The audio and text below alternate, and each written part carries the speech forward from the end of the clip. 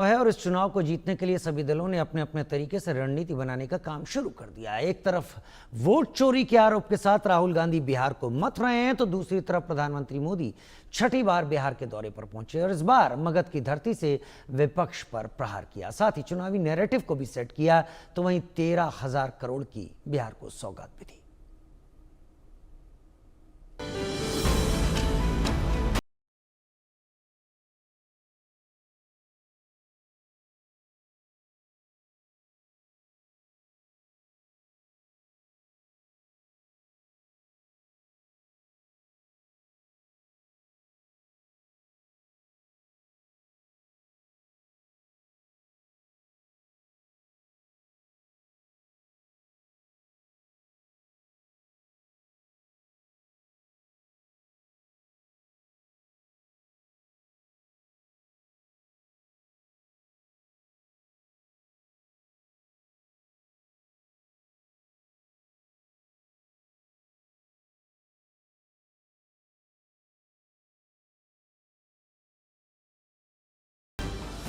और गया पहुंचने के साथ पीएम मोदी ने चुनावी नैरेटिव को सेट कर दिया।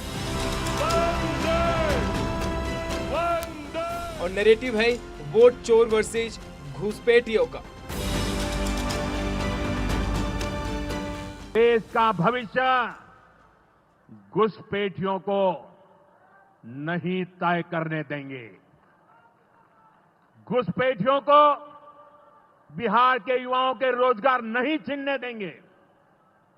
जिन सुविधाओं पर भारतीय लोगों का अधिकार है, उस पर घुसपैठियों को डाका नहीं डालने देंगे। इस खतरे से निपटने के लिए मैंने डेमोग्राफी मिशन शुरू करने की बात कही है। बहुत जल्द ये मिशन अपना काम शुरू करेगा। हम हर घुसपैठियों को देश से बाहर करके ही रहेंगे। पीएम मोदी यही खामोश नहीं रहे। भ्रष्टाचार का मुद्दा उठाकर राहुल तेजस्वी पर तीखा प्रहार किया। लालू यादव का नाम लिए बगैर बड़ा हमला बोला। भ्रष्टाचार के खिलाफ एक ऐसा कानून लाई है जिसके दायरे में देश का प्रधानमंत्री भी है। इस कानून में मुख्यमंत्री और मंत्रियों को भी शामिल किया गया है।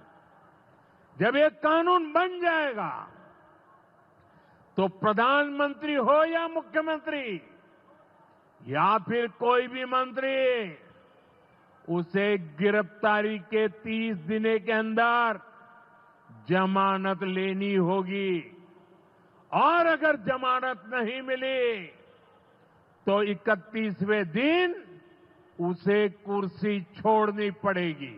पीएम ने विपक्ष पर सियासी वार तो किया ही, साथ ही बिहार पर सौगातों की बारिश भी की। पीएम ने लगभग 13,000 करोड़ रुपए की लागत वाली परियोजनाओं का लोकार्पण और शिलान्यास किया। इसके साथ ही उन्होंने गयाजी नई दिल्ली अमृत भारत एक्सप्रेसवे और Vaishali Koderma Buddhist circuit train को वर्चुअल हरी झंडी दिखाकर रवाना किया।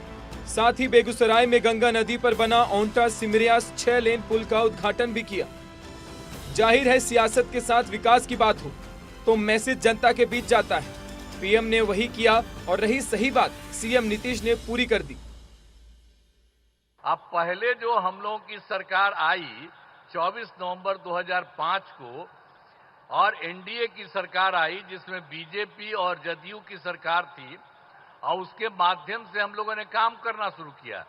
लेकिन उसके पहले की जो सरकार थी उसका कोई काम नहीं था, सरकार से कोई काम नहीं किया गया।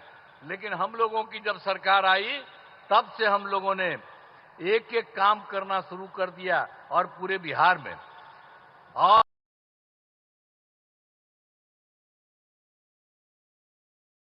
हर तरह से सब जगह से कानून का राज है। आक्रामक अंदाज में फ्रंट फुट पर खेल रहे हैं, विपक्ष पर सख्त प्रहार कर रहे हैं और इस रैली में उन्होंने चुनावी नैरेटिव को भी सेट कर दिया है। अब इसका फायदा कितना मिलता है ये तो चुनाव के परिणाम में पता चलेगा। Bureau report, India news.